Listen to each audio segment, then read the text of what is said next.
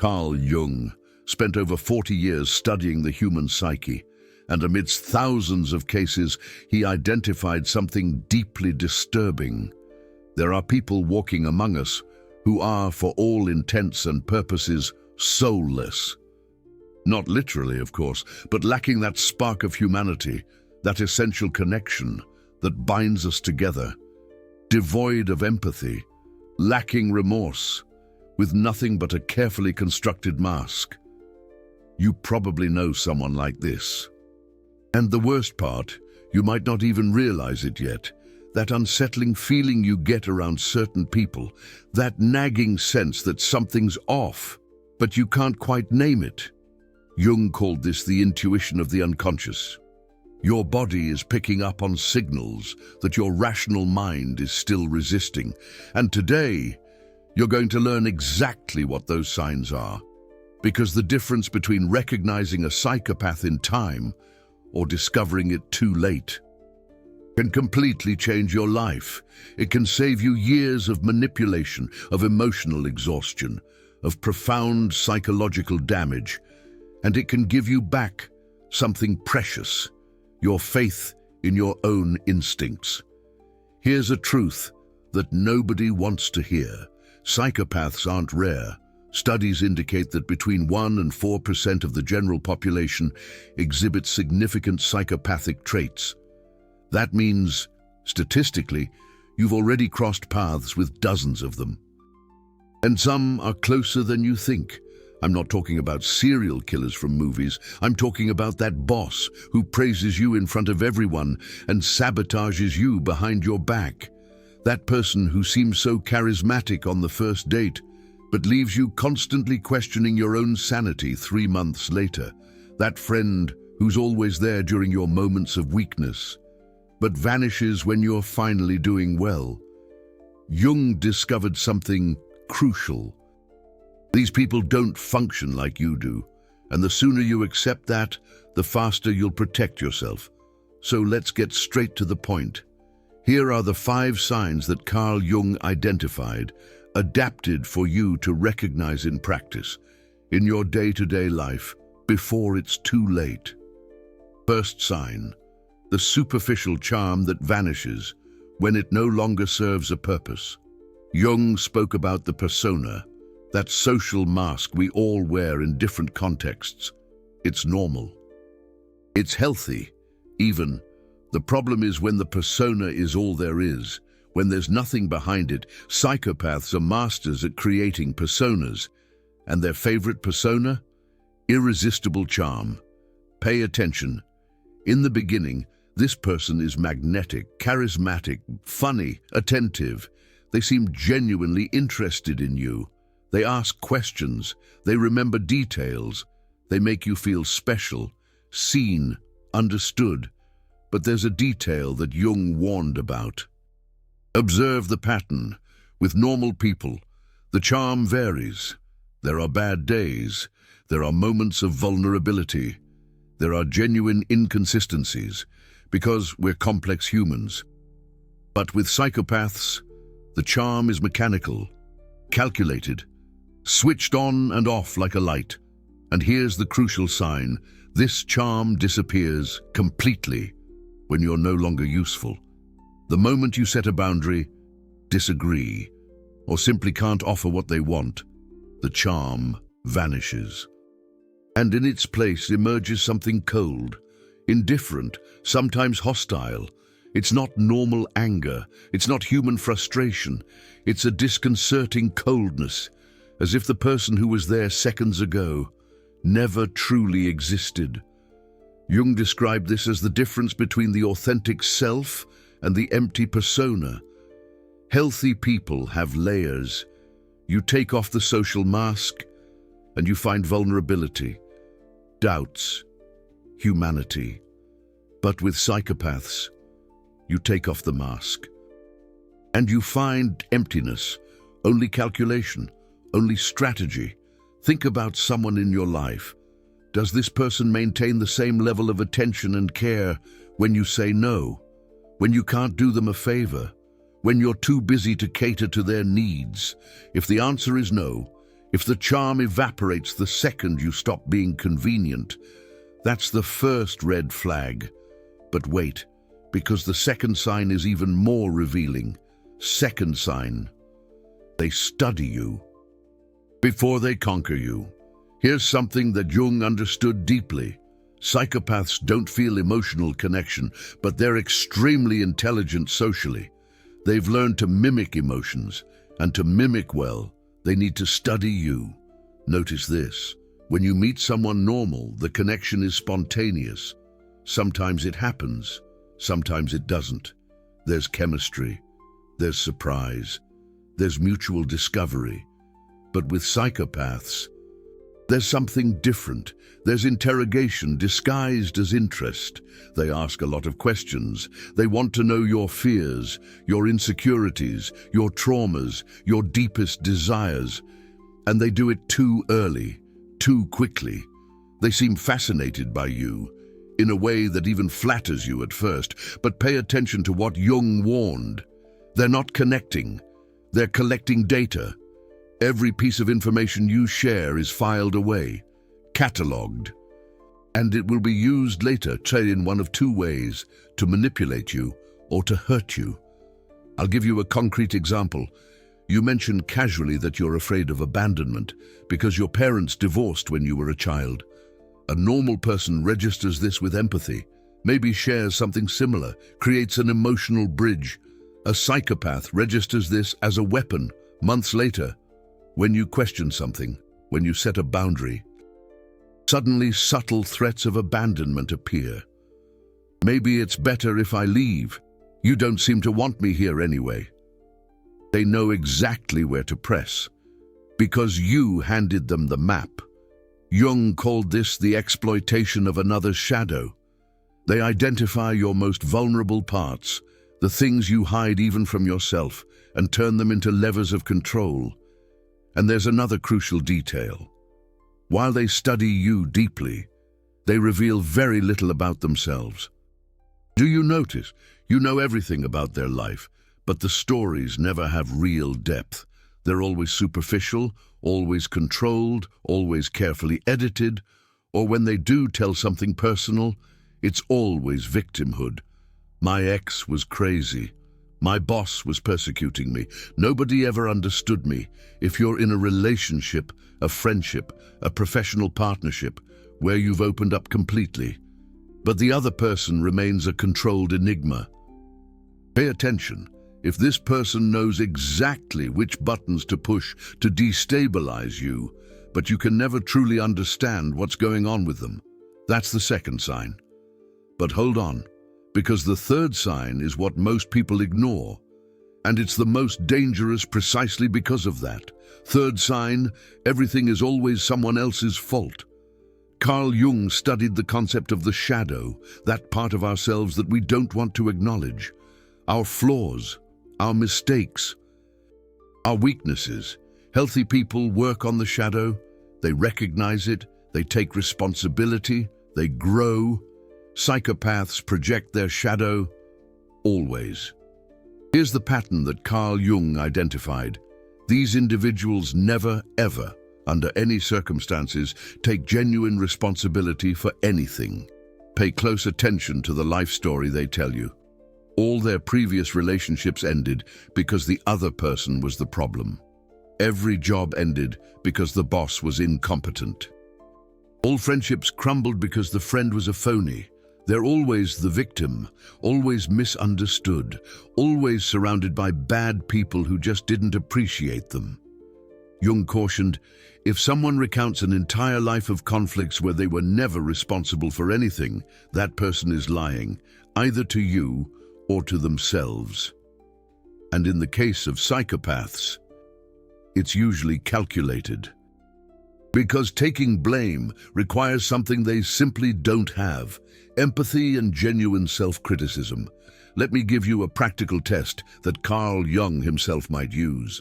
Observe what happens when this person makes a mistake, when they fail, when they hurt you, even unintentionally. See, a normal person feels discomfort. They apologize. They try to make amends. Even if imperfectly, there's a genuine effort to acknowledge the impact of their actions. A psychopath. First, they deny. That never happened. Then, they minimize. You're overreacting. Then, they invert it. Actually, you're the one who hurt me. And in the end, somehow, you end up apologizing to the person who harmed you. Jung called this shadow projection. They take all the bad things they did and throw them onto you, and they're so convincing that you start to doubt your own memory, your own perception, your own sanity. Maybe I really am exaggerating. Maybe I'm just too sensitive. Maybe I'm just crazy. No, you're not. That confusion you feel, that constant questioning of your own reality, Jung would say that's your unconscious screaming that something is wrong, that you're being manipulated, that you need to trust yourself more and listen less to the distorted version they're selling you. So ask yourself, has this person ever taken any real responsibility? Have they ever said, I messed up, I'm sorry, I'm going to change that, and actually changed? Or is there always an excuse, a justification, a way to turn the tables?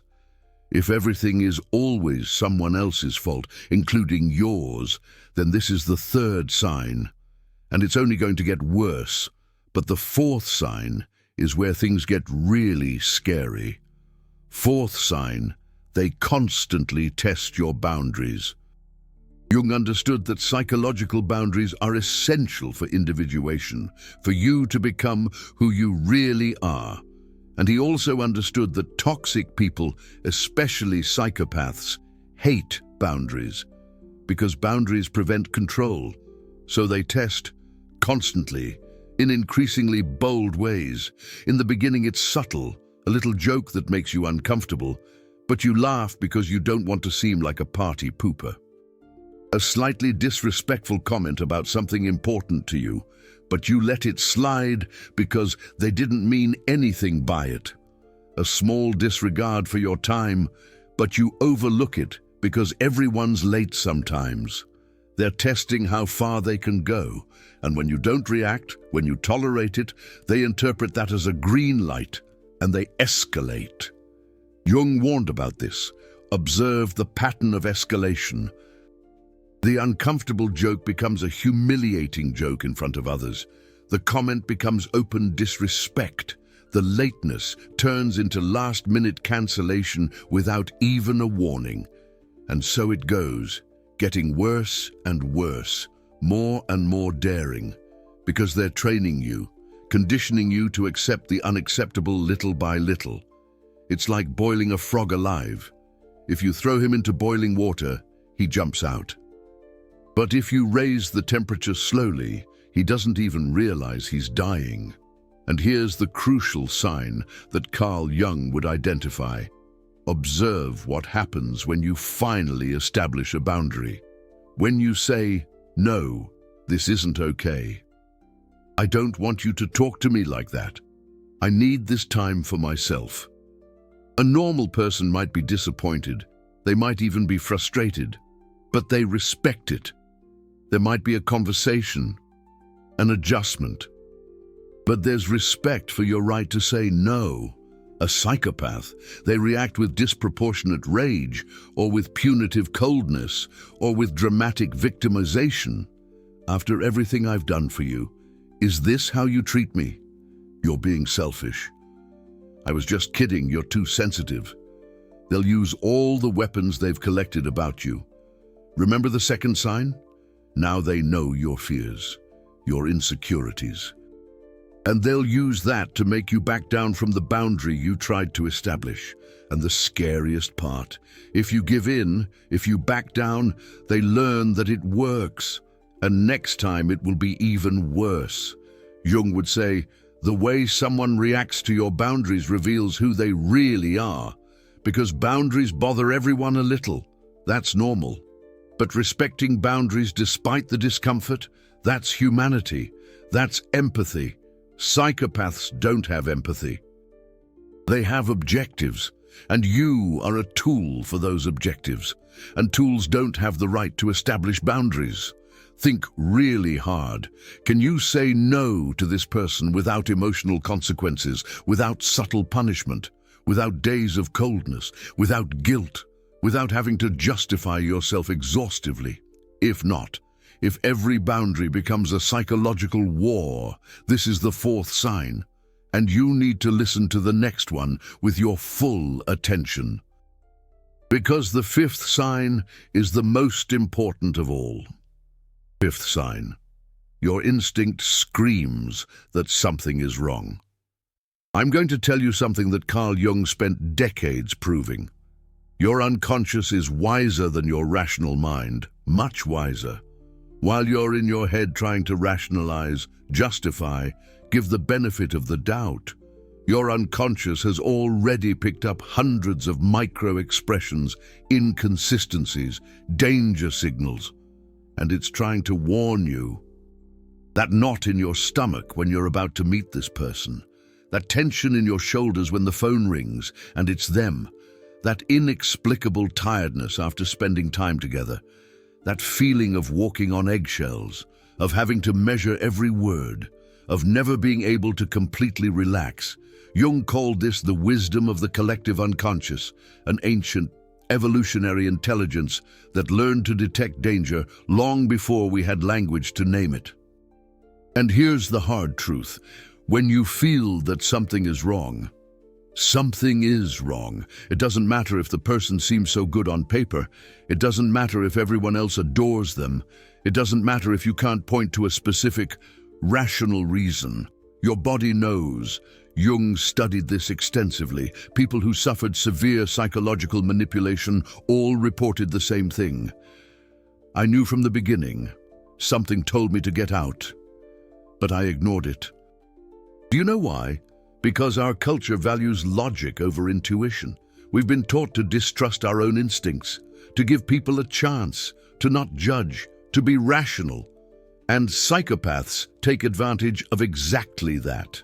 They know that while you're stuck in your head, trying to be fair, trying to see both sides, trying not to be judgmental, your instinct is being stifled, silenced, ignored. Carl Jung would say, this is betraying yourself. It's betraying your own psyche. It's choosing convenient rationalization over the inconvenient truth that your whole body is screaming. So here's the ultimate test. The most important. Do you genuinely feel good around this person? Not good sometimes, or good when they're in a good mood, or good when I do what they want. Truly good, safe, relaxed, yourself. If the answer is no.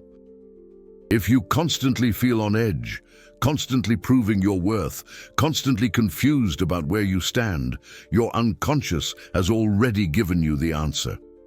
And 3 people who ignored this sign deeply regretted it later.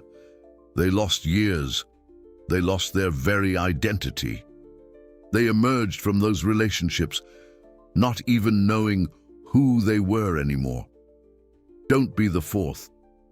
Jung spent his entire life teaching, individuation is becoming who you really are. And you can't do that alongside someone who systematically prevents you from trusting yourself. So, if you've recognized 3 or more of these signs in someone, what would Jung tell you now? Before I answer that, I need to tell you something important. You've just uncovered 5 signs that Carl Jung spent decades researching, signs that were compiled through thousands of hours of clinical study, of real cases, of documented human suffering, and transformed into knowledge. Signs that can save you from years of mental confusion, psychological manipulation, relationships that destroy your self-esteem and your identity. This kind of content bothers a lot of people. Toxic people don't want you to know this. They benefit from your ignorance, your kindness, your willingness to give them the benefit of the doubt. The less you know about how they operate, the easier it is to control you. Each video like this is an act of collective protection. It's arming good people with the knowledge they need, so they don't get devoured by empty people. And that's why I ask, if this content made sense to you, if it opened your eyes, if it gave you that relief of finally understanding what was happening, consider giving a super thanks down below. It's not just financial support. It's you saying, this information is worth its weight in gold. Keep revealing what others hide. Keep protecting people who deserve to be protected. You are no longer a victim. You're someone who protects themselves with knowledge, and this channel exists for that reason, to arm you with Jung's wisdom, so you never get caught off guard again. Now, going back to the question, if you recognized 3 or more signs, what to do? Jung would tell you 3 essential things. First, trust what you saw. Don't backtrack. Don't let this person convince you that you're crazy, paranoid, exaggerating. If you saw the signs, they are there. Your unconscious does not lie. And here's a practical technique that Jung taught. Start documenting. It doesn't have to be anything elaborate. It can just be a few notes on your phone. But when something strange happens, when you feel manipulated, when your boundaries are disrespected, write it down. Date, time, what happened, how you felt. You know why? Because psychopaths are masters at distorting reality. A week from now, when they convince you that it never happened, you'll have concrete proof, not to show them, they won't change, but for yourself, so you don't doubt your own sanity. This is what Jung would call strengthening the conscious ego against external manipulation. You create a line of defense between what is real and what they're trying to make you believe. Second thing Jung would tell you, establish rigid boundaries and do not negotiate. Look, I'm not saying to cut everyone out of your life at the first sign. People are complex. We all have flaws. But when you see a consistent pattern, when there are 3, 4, 5 signs repeating constantly, it's time to act. And acting means clear boundaries, without ambiguity, without leaving room for interpretation. If it's a co-worker, limit the interaction to strictly professional matters. No personal conversations, no opening up. You become a polite and unwavering wall. If it's an acquaintance from your social circle, you start creating distance. You don't have to make a scene. Just stop being available. Stop sharing. Stop investing energy. If it's someone closer, a family member, and a romantic partner, the conversation is harder, but even more necessary. And here comes the crucial point. Establish the boundary and observe the reaction. Remember the 4th sign? How they react to boundaries? This will confirm everything you need to know. If the person respects it, if there's a genuine effort to change, if there's real acknowledgement of the impact of their actions, maybe there's hope. Maybe it's not complete psychopathy. Maybe it's just emotional immaturity, unresolved traumas, toxic patterns that can be worked through. But if the reaction is anger, manipulation, victimization, punitive coldness, you've just confirmed that you're dealing with what Jung warned against. And then, there's no negotiation. There's only one decision. You protect yourself, or continue being destroyed bit by bit. And the third thing, perhaps the most important thing Jung would tell you, work on your own psyche. Because here's a hard truth. If you are constantly attracting or tolerating people like this, something within you is allowing it. And it's not your fault. Understand? It's not a character flaw, but it is your responsibility to understand and to change. Jung talked about psychological complexes, wounds from childhood that haven't healed, patterns that we learn about what love is, about what friendship is, about what we deserve. If you grew up in a family where love was conditional, where you had to perform to be accepted, where your feelings were minimized, you may have developed a complex that makes you accept emotional scraps as an adult. If you learn that your value lies in being helpful, in solving other people's problems, in never disappointing anyone, you've become easy prey for psychopaths who are looking for exactly that. Someone who gives without expecting anything in return. Jung would call this working on your shadow, looking inward, recognizing the patterns, understanding where this tolerance for the intolerable comes from. And it's not easy work. Sometimes it requires therapy. Sometimes it requires a lot of honest and painful self-reflection. But it's the only way for you to stop repeating the same mistakes. Because here's what Jung would tell you. Individuation is not just recognizing toxic people. It's becoming so whole, so aware of who you are, that these people can no longer reach you. They can no longer manipulate you. They can no longer make you doubt yourself. And when you get to this point, something interesting happens. They simply stop appearing in your life because psychopaths seek out vulnerable targets. And you are no longer vulnerable. You are aware. So I'm going to give you a final protection technique that Jung himself used. Observation without judgment. When you're around someone who triggers these alarm bells, instead of trying to rationalize it, instead of trying to find excuses for their behavior, simply observe. Observe what the person does, not what they say, not the promises, not the justifications, the actions. Observe how you feel in your body, tense, anxious, exhausted, confused. These are valid data points. Just as valid as any logical argument. Observe the pattern over time. Once could be a coincidence. Twice could be bad luck, but 3, 4, 5 times, that's a pattern. And patterns don't lie, and most importantly, observe one thing. Are you growing alongside this person? Are you becoming more yourself? Or are you shrinking, molding yourself, losing pieces of who you are just to keep the peace? Because Carl Jung dedicated his entire life to a single mission, helping people become who they really are. And any relationship, any connection that prevents you from doing that, no matter how it's packaged, is toxic. You deserve people who see you truly, who respect your boundaries, who value your presence not for what you do for them, but for who you are. You deserve relationships where you don't have to be on constant alert, where you don't have to measure every single word, where you can relax and be imperfect without punishment, and you deserve above all else to trust yourself, trust your instincts, trust that when something feels wrong, it probably is wrong. So, here's a quick recap of the 5 signs to burn them into your memory. First, superficial charm that disappears when you're no longer useful. If the mask slips the moment you say no, it's an empty persona. Second, they study you before they win you over. If they know all your weaknesses, but you know nothing real about them, it's data collection for manipulation.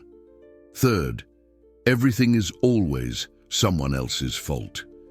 If they never take real responsibility, it's projection of their shadow. Fourth, they're constantly testing your boundaries. If every boundary becomes a psychological war, it's an attempt to control you. Fifth, your gut screams that something is wrong.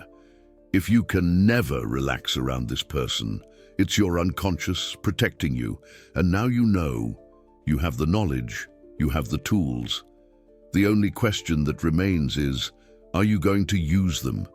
Because knowledge without action is just information. And information doesn't protect you, action protects you.